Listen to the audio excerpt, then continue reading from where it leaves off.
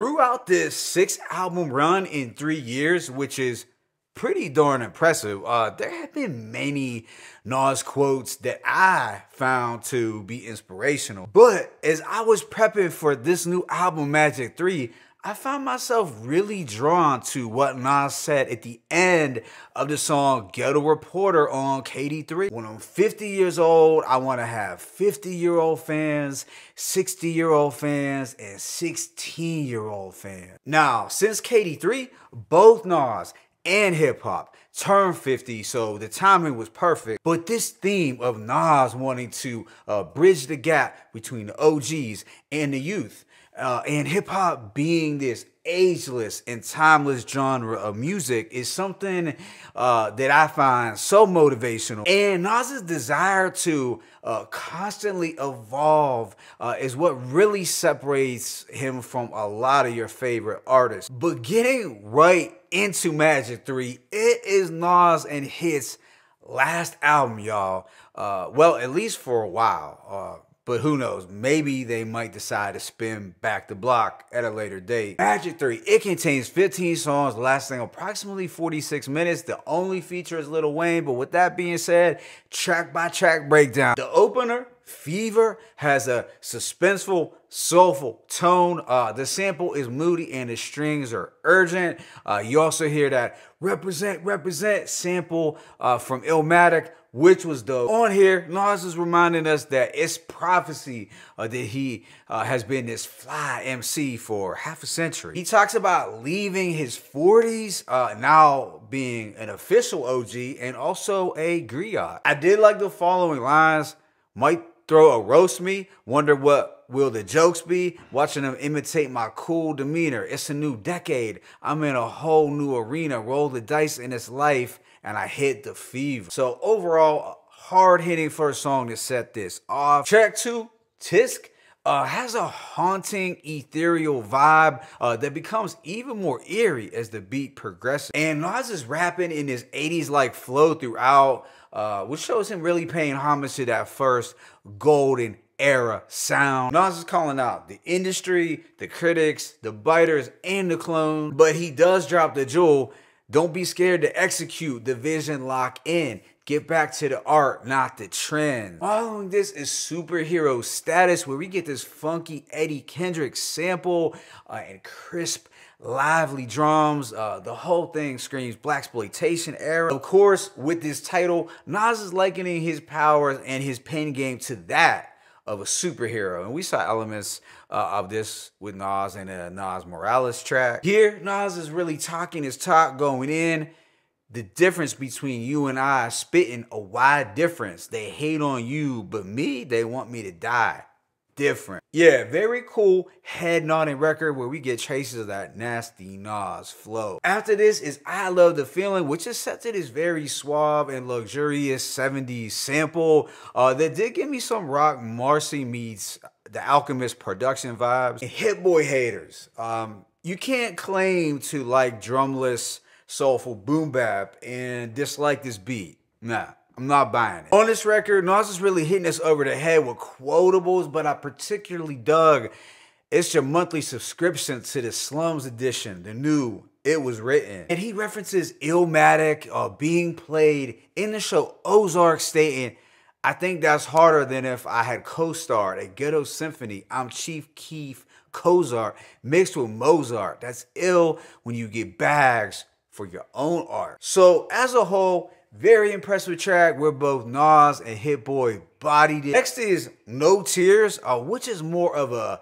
conceptual, contemplative song. It has this minimalist backdrop that is otherworldly sounding. Nas is rapping from the perspective of his older self talking to his younger self and vice versa. It seemed here that Nas was also trying to reassure himself that his 50s will be good because that's when he believes most people become their richest. Track 6 is the standout, Never Die, with Lil Wayne. And this is backed by some neck-snapping soul chops. Hit Boy once again in his bag with the sample and with the drums, making it nearly impossible to hate on. But you know, there will be some people who will dislike it because it's Hit Boy. Nas has a dope verse, some standout lines where I left more flows in a Pro Tools sessions than you ever thought of with old school methods. And Wayne, he comes through with a strong verse, flowing in a good pocket, really flexing his wordplay. But in the comment section,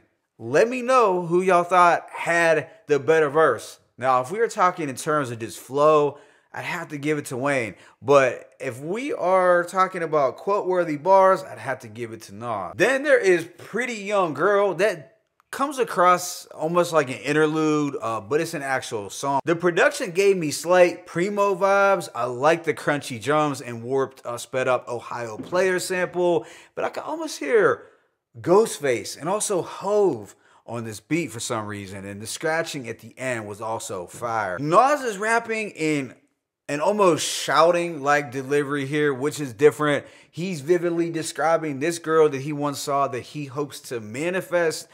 So by giving fans this vivid description, hopefully they can find her and add her to him. Yeah, so I dug the sample and it's a cool track, but I could see how one might say that Nas was exuding just a little bit of thirsty energy here. Nas fans, don't kill me. Y'all know I love Nas, but that's just my thoughts. Following this is the storytelling gem based on true events, which has the signature Hit Boy horns. Now, you know, we have heard enough Hit Boy production to recognize the distinct way the Hit Boy uses horns. That's exactly what we get here. It's a deep track where Nas possibly solves an unsolved murder by doing just a little bit of detective work on IG. He's kind of playing a private investigator while also having conversations with this woman. And what's wild is the victim that he is talking about was the slain 90s rapper Half a Mill, who was a firm affiliate. Nas thinks that Half a Mill was possibly murdered as opposed to suicide, and he mentions a similar thing happening to Havoc's brother Killer Black. Immediately after is Based on True Events Part 2, which has this grim, icy, mafioso beat.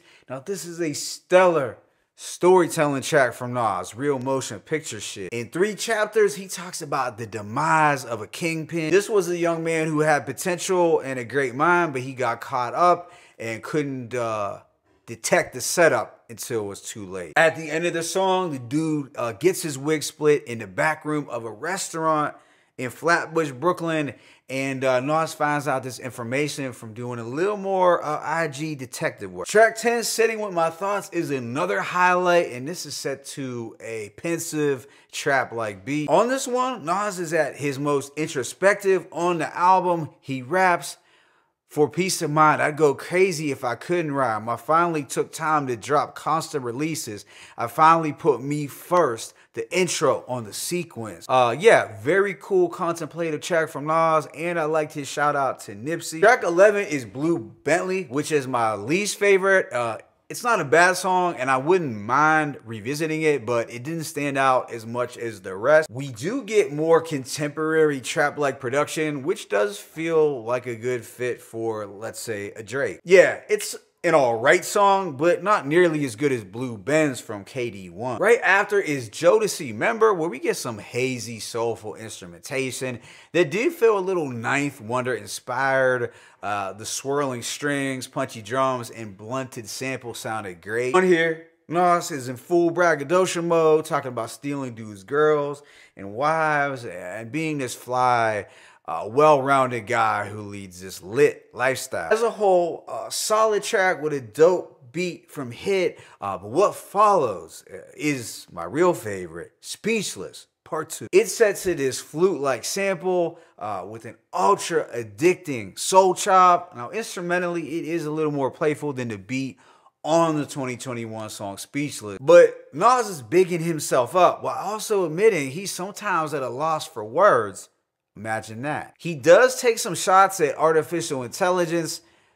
My guess is someone will replace your soul. AI is only here to replicate and control, imitating the original, then grab them a mold of the binary code. It's your patterns they stole. This is my tactical flow, the one they can't redesign. You can redo the voice, but you can never read my mind. Things that mellow out on the second to last track, Japanese Soul Bar. We do get this classy upscale instrumental from Hit with a beat shift. There's a total vibe. And throughout this song, you can just envision Nas reflecting after a couple drinks in this soul bar in Japan with the red light bulbs and pictures of soul artists on the wall. Then this project comes to a close with 1-800-NAS and Hit. And it's an emotional send-off built around this drumless soul beat that does have a credits rolling kind of feel. Hit Boy is showing the Rock Marcy's and the Nicholas Cravens of the production world that he too can do drumless loops very well. Nas imagines Huey Newton and Malcolm X snapping over samples in the same manner that he does. And towards the end of the track, he drops the jewels. Finally killed the king's disease. I see what a genius see. Unclutter your mind for once. Let me set the scenery. Put down the diamonds and blunts. Put down the wine and the cups. Put your ideas in play. So overall, I'm going to give this project a rating of 4.5 mics. It's a great album that I feel is objectively better than Magic 2. Although Magic 2 was a fun listen that I feel does get overhated on, but it is clear that it's just not as strong as a project as Magic 1 and now Magic 3. And I do know it's early, but at the moment, I do feel that Magic 3 is the best out of the Magic trilogy. Yes, Nas fans, I know Magic 1 is special, but Magic 3 to me just feels like a full-length album, which does give it the slight edge for me, but who knows? I'll see how I feel by the end of the year. At the end of the day, I can't think of a stronger way for these two celebrated musicians to close out the second trilogy and a remarkable run. They really did spoil us for these past 3 years, and this is a bittersweet moment, but it will